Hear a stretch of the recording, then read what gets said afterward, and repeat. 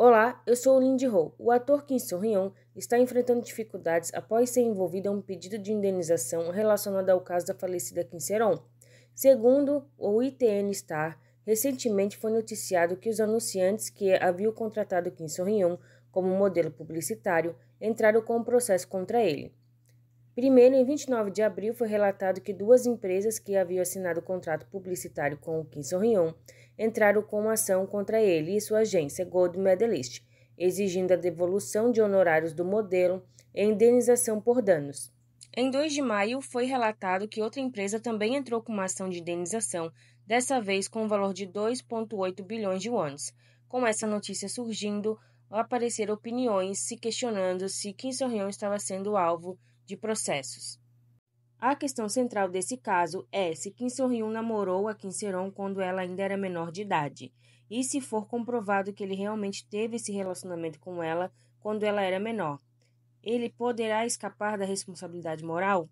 No entanto, a equipe de Kim So-hyun afirma que as alegações feitas por Kim Se-ri são falsas. De fato, Kim So-hyun entrou com uma queixa de difamação contra o Kim Se-ri, alegando que as informações divulgadas sobre o período do seu relacionamento com Kim Se-ron são falsas. Caso seja comprovado que Kim So-hyun não namorou Kim Se-ron enquanto ela era menor de idade, Kim Se-ri poderá ser severamente punido por acusação falsa e denúncia caluniosa. Então, isso reflete sua confiança em provar que as alegações são falsas, em uma coletiva de imprensa. Eles afirmaram que se as evidências apresentadas por Kim Se-ri forem verdadeiras, que sejam entregues às autoridades para uma investigação completa. Eles desafiaram: vamos lutar com provas. O que se sabe até agora é que os processos chegam a 5,8 bilhões de wons, incluindo uma ação inicial de 2,8 bilhões e uma ação adicional de 3,5 bilhões. A pergunta que fica é: a responsabilidade por essa indenização de 5,8 bilhões realmente recai sobre Kim So-hyun? Vamos descobrir. 일단 김수현 씨를 상대로 30억 원대 손해배상, 28억 원대 추가 손해배상 소식이 전해졌는데, 예.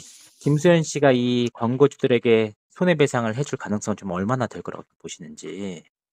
저는 좀 많이 낮다고는 보입니다. 근데 이 제 개인적인 의견이 또 포함되어 있을 수도 있어서 예, 객관적으로 조금 봐야 될 것 같아요. 네, 김수현 경우에 위약금 반환 책임이 인정돼야 된다라고 보는 쪽도 있겠죠. 예, 그쪽에서는 뭐 김수현이 미성년자 시절에 뭐 김세론과 교제했다는 것 그 자체로 뭐 사회적인 무리를 일으키는 행동에 해당하고요. 예, 그리고 그 시점이 광고 계약 이전이라고 하더라도 결국 광고 계약의 효력이 유지되던 중에 사건이 발생해 가지고 예, 이 광고주들한테는 광고 효과 감소라는 불이익한 효과가 뭐 발생한 것은 분명하고요. 특히나 뭐 김수현이 미성년자 교제 사실이 언론에 보도되고 난 이후에 보인 태도도 있잖아요. 교제를 했음을 뒷받침하는 증거들이 어느 정도 나와 있는데 교제를 하지 않았다고 대응을 했고 이로 인해서 문제가 더욱 확산돼서 결국 광고주들이 피해를 본 부분이 있다고도 볼 여지가 있는데 물론 이거는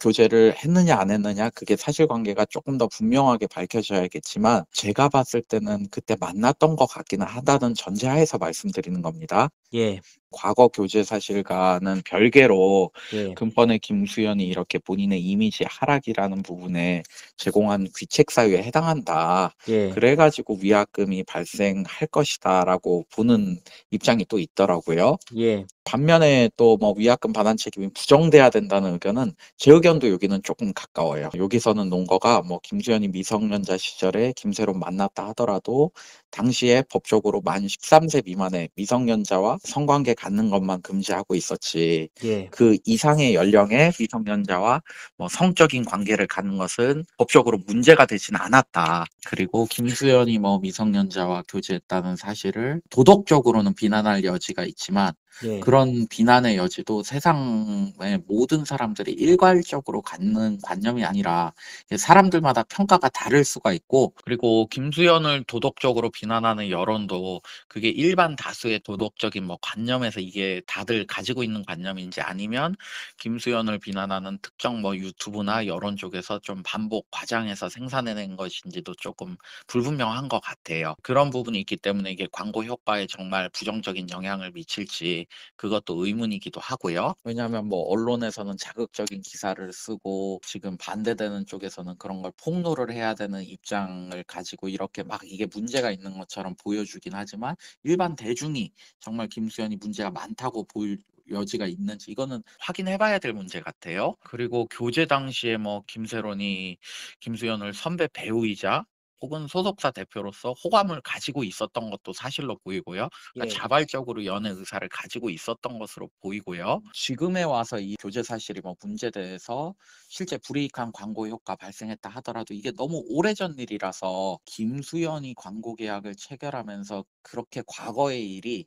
좀 현재 이 광고 계약에 영향을 줄 것이라고 예상하는 게 좀 음. 거의 불가능했다는 측면도 있을 것 같아요. 단순히 품위유지를 위반했다고 해서 손해배상 책임이 인정되는 게 아니라 고의 과실, 즉 귀책 사유가 있어야지 법은 책임을 물을 수가 있는데 이렇게 과거의 사실을 김수현이 계약 체결할 때 그걸 인식할 수 있었느냐 그것도 살펴봐야 될 것 같고요. 그리고 사고 이후에 김수현이 뭐 김세롱과의 교제 사실을 적극 부인한 사실이 있는데 이게 오히려 김수현의 의도는 광고주들한테 광고 이미지 하락이라는 손해가 좀 최대한 덜 미치는 방향으로 음. 좀 대응을 하다가 부득이하게 말한 것으로 볼 여지도 있어서 이게 책임을 물을 수 있느냐. 기본적으로 이 사태를 통해서 예. 광고주분들이 손해가 발생한 것은 사실이잖아요. 만약 그 미성년자 시절에 사귀지 않았다고 드러날 경우에 네. 그에 대한 손해배상 책임을 다른 사람에게 좀 뭐 제기할 수 있는 상황인가요?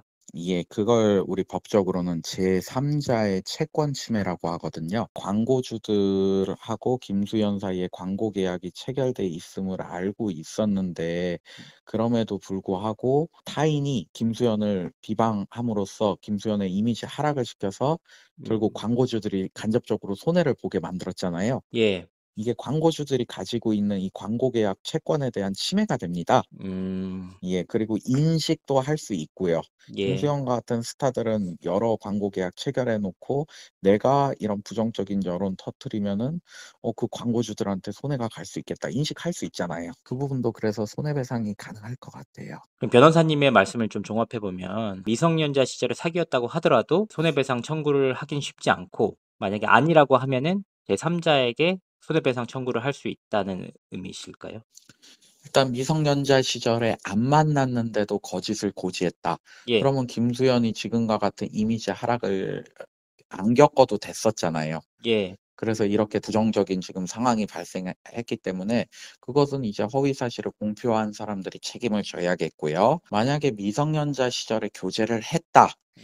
이 경우에는 법원 판단이 진짜 중요할 것 같은데 법원도 이게 되게 명확하게 우리 법률 위반이 아니고 사회적 무리 부분에 해당해 가지고 고심을 되게 많이 할 사건 같아요. 우리 과거에 뭐 마약, 사기, 뭐 불법 도박, 뭐 음주운전 이런 구체적인 법령 위반이 아니고 단순히 되게 추상적인 문구의 사회적 무리 음. 이 부분인데 이게 해석의 여지 그리고 귀책 사유, 존재 여부 여기에 따라서 좀 결론이 갈릴 것 같은데 제가 변호사님들 만나 보면은 이거를 인정하는 측도 한 반 정도 있는 것 같고요. 부정하는 입장도 한 절반 정도 계신 것 같아요. 저는 아. 개인적으로는 부정돼야 되지 않을까 하는 생각을 갖고 있습니다. 아 이제 팽팽한 입장을 가지고 있다. 이렇게 볼 수 있겠네요 그러면. 예. 여튼지 간에 김수현 씨로부터 나온 것은 그게 사실이냐 아니냐를 떠나서요. 예. 광고주들한테 광고 효과에 불이익한 측면이 발생한 건 사실이잖아요. 이건 법적으로 불이익에 상응하는 금전적 대가는 물어줘야 되지 않겠느냐 하는 입장도 있고 과연 이걸 김수현 씨한테 책임을 귀속시킬 정도냐라고 보는 입장도 팽팽한 것 같습니다. 만약에 이게 소송이 진행되면 기간이 얼마 정도나 걸릴까요? 이거는 사실관계 특정이 그렇게 오래 걸릴 사건은 아니라고 보여요. 어차피 뭐 카카오톡이나 문자나 사진 자료 등이 어느 정도 지금 여론에 현출이 되어 있고 거기서 더 현출된다 그래도 뭐 판사님들이 보기에 그렇게 뭐 오래 걸릴 사건은 아니라고 보여요. 음. 그리고 계약 내용도 대부분 품위유지 의무 계약 내용 문구 혹시 아십니까?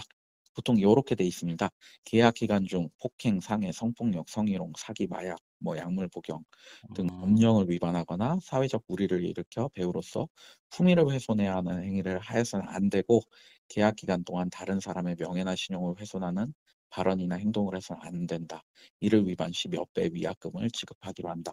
딱 이렇게 아. 문구가 간단해요. 아 조항 네. 하나로 돼 있어서 이 조항 해석 문제하고 지금 나온 카톡 부분들 봐가지고 교제 사실이 있는지 여부만 확정을 하면 되기 때문에 음. 한 3번 정도 변론 열리면 한 1년 정도면 본안 소송이 결과가 나오지 않을까 싶습니다. 그 김수현 측에서는 제가 알고 있기로 이제 가세현이나 뭐 그런 분들에게 그 네. 허위 사실 유포에 의한 명예훼손으로 좀 고소를 진행했어요. 네네. 그러니까 그 부분도 결국은 이번 소송의 결과에 따라서 상당히 영향을 미칠 수 있겠네요. 네. 이번 소송의 핵심 부분이 미성년자랑 교제를 했느냐 안 했느냐, 거기에 또 달려 있잖아요. 그리고 그것이 품위유지 의무 위반이냐, 그리고 음. 하나 더 나아가서 거기에 귀책 사유가 있느냐, 음. 3개인데 가장 첫 번째 단추가 되겠죠. 그러니까 음. 판단이 이루어질 것이고, 그 판단이 향후에 경찰이나 그런 부분에서도 영향을 mi칠 것 같긴 한데, 근데 경찰 수사 결과가 더 빨리 나오지 않을까 싶습니다. 네 알겠습니다. 변호사님 말씀 감사합니다. Resumindo, este caso pode ser dividido em duas possibilidades. Primeira, se comprovado que o relacionamento durante a menoridade não é verdadeiro, os responsáveis por levantar falsas acusações deverão arcar com as responsabilidades pelo dano. Segundo, se o relacionamento durante a menoridade for comprovado como verdadeiro, a questão se torna mais complexa. Em 2015, a idade de consentimento era 13 anos, portanto, mesmo que o relacionamento seja confirmado como verdadeiro, a responsabilidade legal pode ser difícil de ser imposta. No entanto, do ponto de vista dos anunciantes, uma perda real foi sofrida, o que provavelmente resultará em uma disputa legal acirrada para provar essa perda. Mesmo entre os advogados, as opiniões estão divididas. O ponto mais importante aqui é que, se for comprovado que o relacionamento durante a menoridade não é verdadeiro, a responsabilidade pela indenização recai sobre quem levantou as falsas acusações. Vamos acompanhar para ver qual a responsabilidade vai ser atribuída ao Kim Se-hee. De fato, a cobertura da mídia sobre o Kim So-hyun foi bastante intensa. Em um determinado momento, por exemplo, foi suposto que não houve o pagamento das taxas judiciais. Um veículo de comunicação publicou um artigo com o título exclusivo: Kim So-hyun solicita prorrogação no prazo de pagamento das taxas judiciais de 12 bilhões de wons. Mas, após verificação, descobriu-se que isso não era verdade, era uma notícia falsa. As taxas judiciais e os custos de notificações foram devidamente pagos. Apenas foi pedido uma extensão de prazo. Se ao menos tivessem confirmado com a agência de Kim So-hyun uma única vez, essa notícia falsa não teria sido publicada. Ainda assim, que a verdade veio à tona, e o meio de comunicação que publicou o artigo original removeu o título de exclusivo e alterou o título para apenas matéria. Ao investigar mais fundo, descobri que o advogado de Kim So-hyun estava passando por um luto familiar na época, o que impossibilitou uma resposta mais ativa dessa defesa. Para o advogado foi uma situação lamentável, já que além do luto, ele teve de lidar com uma notícia falsa.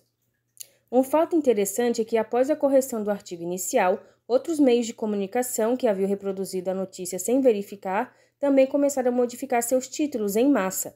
Foi uma situação que expôs a realidade do jornalismo na Coreia do Sul. Diante das exposições públicas e processos legais, fiquei curioso para saber a posição de Kim So-hyun. No entanto, não consegui contato direto, mas com base nas informações confirmadas, a equipe de Kim So-hyun deixou claro em uma coletiva de imprensa que pretende resolver o caso judicialmente. Eles afirmam que irão lutar apenas com provas e resultados do julgamento. Kim So-hyun tomou uma postura firme ao entrar com uma queixa e seguir com o processo. Agora a atenção se volta para a decisão das autoridades investigativas. A verdade sempre aparece. Muito obrigada.